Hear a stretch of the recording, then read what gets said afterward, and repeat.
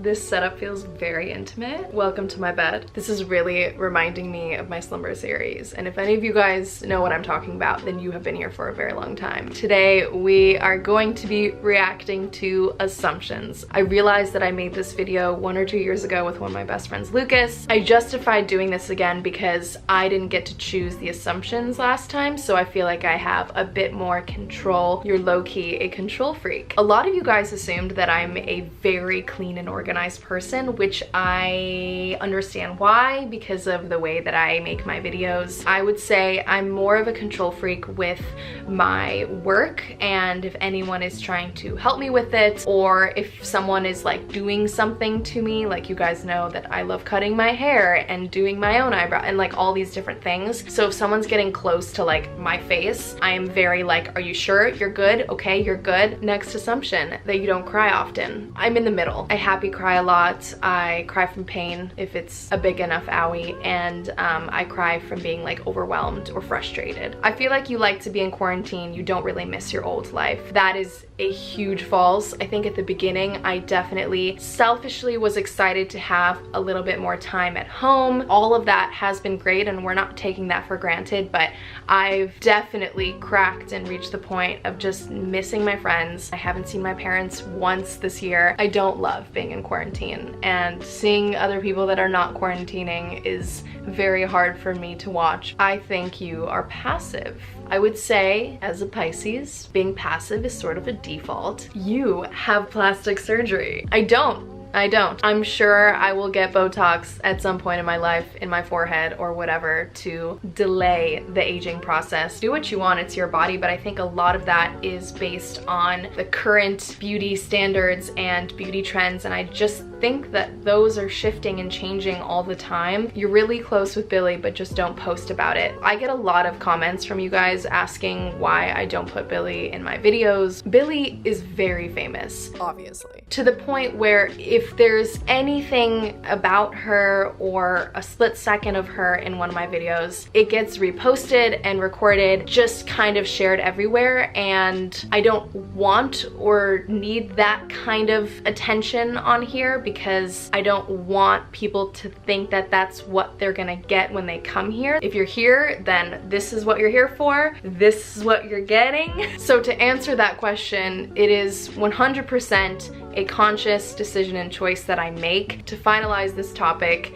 Not everything that happens is recorded and put online. I feel like that is a very obvious statement.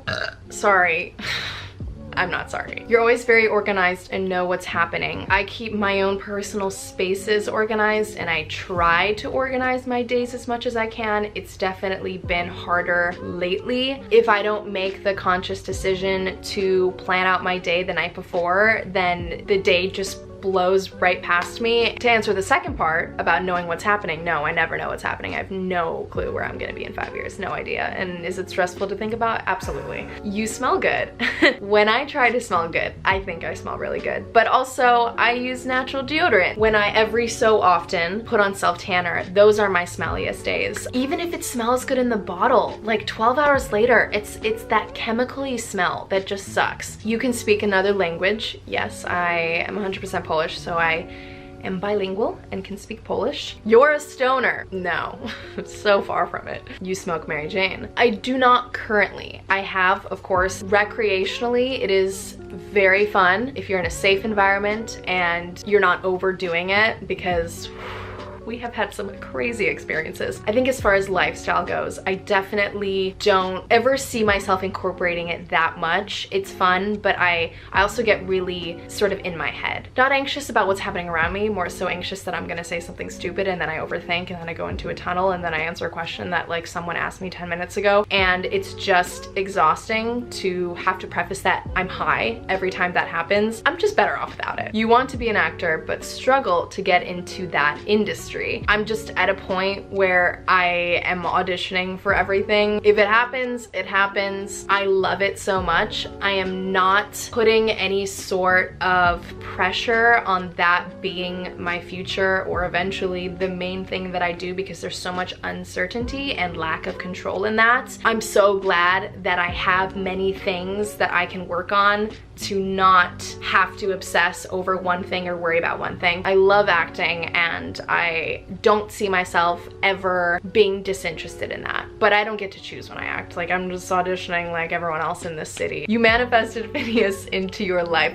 I sort of feel like I did, okay? I remember one time writing like a list of characteristics of a man that I want in my life. Recently, I went back on that journal entry and I looked at it and I was like, damn. I feel like I manifested the kind of person that I would end up dating, but obviously I didn't know who that was going to be. You're pregnant. I actually did have quite the pregnancy scare for the first time in my life. I'm on the pill, so not entirely, but I did miss my last period, which just made me freak out. I definitely expedited a pregnancy test to our house, took it, and I'm not, you know what? I'm not pregnant and I also got my period today. Woo! Woo! So let's just keep that in mind for today's video. I am cramping, I am bleeding. You were raised in a really religious environment, but grew away from it as an adult. I don't feel like I was raised in a super religious environment. I was born and raised Catholic, just sort of because my Polish school, I had Polish school every single Saturday up until I think like 8th grade. And so that was connected to religion class. I don't know where I fall right now. I journal and I meditate when I need to, and I talk to someone or myself or the universe when I need to, and it feels really good, and that's what's most important. When I do that shit, I feel really good. You don't usually use emoji on chat. I use emojis all the time. You seem like a super relaxed person, pretty much. You and Lexi aren't that close anymore. My love for Lexi it is like eternal. I feel like both of us just admire each other from afar, and we suck at communicating, but every time we FaceTime, we're like, oh my God, I miss you. My friendship with her is unreplaceable and just unmatched. Like, she's Lexi. Like, I could cry about it. You and Lucas Gage were a thing. A lot of people assumed that, but when I was single, like, I mean, I've always just been a very touchy person. I love my friends, I hug my friends, I kiss my friends. When you're in a committed relationship, you don't really do that anymore, you know? But as a free spirit single lady, like, I can totally see how the internet would have thought and calculated that we were a thing, but Lucas and I have never dated and we've never been a thing. You don't have freak out or mental breakouts that often. I have a lot of freakouts mentally in my head. I'm really good at shoving that down to the point where I don't realize it, and then everything just sort of appears in front of me at one point. I mean, that like literally happened last night. I internalize a lot of it, which is not that great, but it also sort of lets me process them by myself without having to bring others and involve them in my own shit that's like happening in my brain. At some point in my life, I feel like I should start going to therapy, and I realized that I could literally sign up and do that today, but I also have this weird fear about it where I feel like my emotions and the things that are happening in my life are not worth going to therapy for, like my issues are not dramatic enough or something. That is just a very dumb and stupid and passive thing to think about. I think I just heard Peach bark in her dreams. She does this like, she's doing it right now. She does this thing where she keeps her mouth closed and she goes it's so cute. Did you hear that? Melts my heart. You always picked your boogers when you were little. Love you. I still pick my boogers. Genuine question. For everyone that says they don't pick their nose, what do you do with your boogers? Where do they go? Because if you're breathing through your nose, you're gonna get boogers. So are you carrying Kleenex around with you and blowing your nose? I feel like we need to normalize booger picking. You're the most confident you've ever been.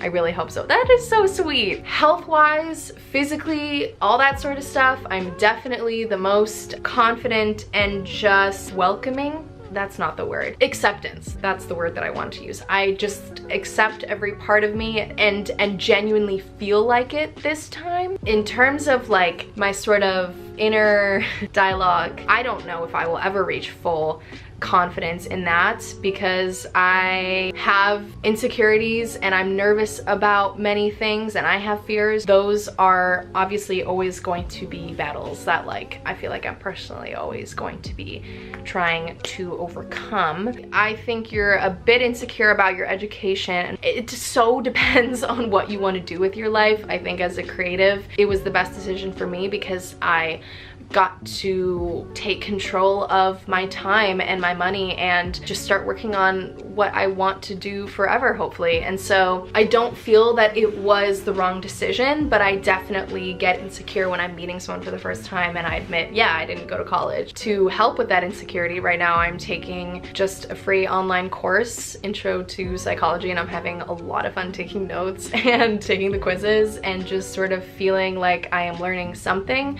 And I hope to always just be learning in whatever capacity for the rest of my life, because I think if you're not learning and growing, then you're like basically dying. Okay, that was so dark. You don't look at the price before buying something now that you have a partner with money.